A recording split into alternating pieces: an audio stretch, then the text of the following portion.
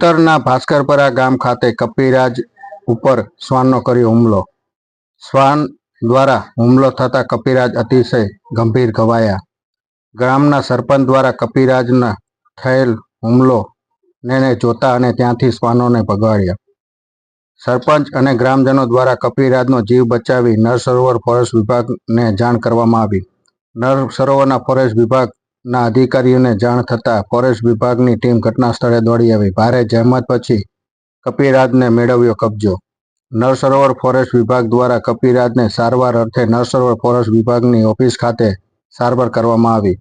લખતર તાલુકામાં એક અજીબોગરીબ ઘટના ઘટી છે, જેમાં કપિરાજ કાયમ શ્વાનને પરેશાન કરતા હોય છે, ત્યારે ભાસ્કરપરા ગામમાં એક કપિરાજને શ્વાન દ્વારા હુમલો કરવામાં આવ્યો હતો. શ્વાન દ્વારા હુમલો થતાં કપિરાજ અતિશય ઘવાયા હતા અને અનેક જગ્યાએ ઈજાઓ પહોંચી હતી. આ ઘટનાને ભાસ્કરપરાના સરપંચ જોઈ ગયા હતા, જેને લઈ ત્યાંથી સરપંચ દ્વારા શ્વાનોને ભગાડવામાં આવ્યા હતા અને ઘવાયેલા કપિરાજને બચાવી લીધો હતો.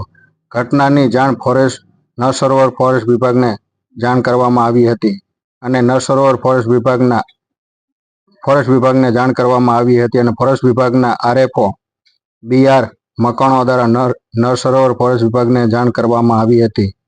જાણ થતાં તાત્કાલિક નર સરોવર ફોરેસ્ટ વિભાગની ટીમ મોકલી આપવામાં આવી હતી. ટીમ દ્વારા કપિરાજનો ભારે જહેમત બાદ કબજો મેળવ્યો હતો અને વિઠ્ઠલગઢ નર સરોવર ખાતે કપિરાજને ફોરેસ્ટ વિભાગની ઓફિસ લઈ જઈ વેટરનરી ડોક્ટર પાસે તેમનો ઇલાજ કરાવવામાં આવ્યો હતો અને હાલ કપિરાજ નર સરોવર ફોરેસ્ટ વિભાગ ખાતે ઓફિસ આવેલ ત્યાં સારવાર અર્થે સારવાર લઈ રહ્યા છે.